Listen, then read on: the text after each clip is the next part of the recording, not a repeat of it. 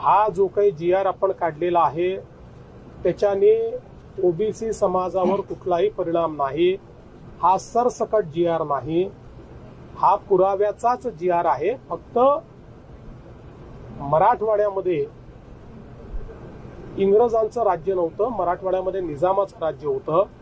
त्यामुळे इंग्रजांच्या राज्यातले पुरावे हे इतर ठिकाणी मिळतात, मराठवाड्यात मिळत नाहीत। मराठवाड्यातले पुरावे हे निजामाकडे म्हणजे हैदराबाद गॅझेटमध्ये मिळतात। त्यामुळे तिथले पुरावे जे आहेत ते आपण ग्राह्य धरलेले आहेत। आम्ही मराठ्यांचं मराठ्यांना देणार, ओबीसींचं ओबीसींना देणार। आम्ही जे काही राजकारण शिकलो त्या राजकारणामध्ये पथका अंतिम लक्ष्य नहीं है, सिंहासन चढ़ते जाना, सब समाज को लिए साथ में आगे है बढ़ते जाना, हे आमचं ब्रीद वाक्य आहे। मराठा समाज एक महत्वाचा समाज आहे। या महाराष्ट्राच्या जडणघडणीमध्ये एक मोठं कॉन्ट्रीब्युशन दिलेला हा समाज आहे। त्यामुळे या समाजाचं कल्याण झालंच पाहिजे।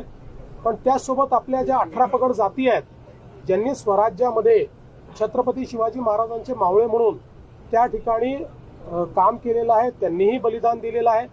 कोणावरच अन्याय होऊ नये ही आमची भावना आहे।